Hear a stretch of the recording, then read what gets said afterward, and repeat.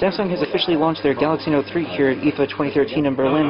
Right now we're showing you the Note 3 next to the Galaxy S4. Just to give you a basic size comparison, Samsung has actually increased the screen size on the Note 3. This year's model is coming with a 5.7-inch Super AMOLED display, and they're also going full HD this year, so that's right, you're getting a 1080p display on a Note device. Let's just give you a quick walkthrough. You can see the design language has changed from previous Galaxy devices, where the S4 and the previous Note 2 were more rounded. The Note 3 has a more square design.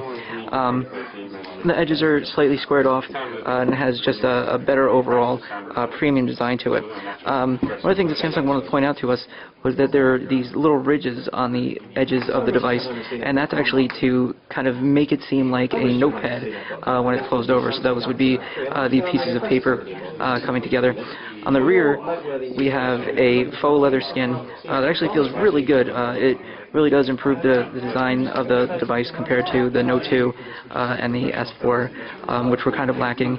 But this has a much more premium feel, and it feels solid when you're holding it. We'll give you some walkthroughs of the device. We'll just put the S4 to the side here. And what we want to show you is some of the new multitasking features. So they've improved the multi-window mode. Now you can take the internet, for instance, and just kind of drag it and look at two windows at the same time. So we've got that, and then we'll just drag this guy. And so these are two internet windows running. So previously, when you wanted to do multitasking, or multi-window rather, on a Galaxy device, you could only have one browser window open and then another app, but Samsung's switching that up now. You can also, we'll just pop open the side window, make your own pairs of apps running at the same time, and customize them. So you can see we have Create, and that would allow us to make whatever apps we wanted to and pair them and name them. Beyond that, we want to show you some of the cool new features that are included with S Pen. So we'll just pop this out. There we go. And what we have here is Air Command. And now this is one of the main features of the Galaxy Note 3. And as you can see, when I hover over with the S Pen, I have Action Memo, Scrapbooker, Screen Write, S Finder, and as you can see, Pen Window.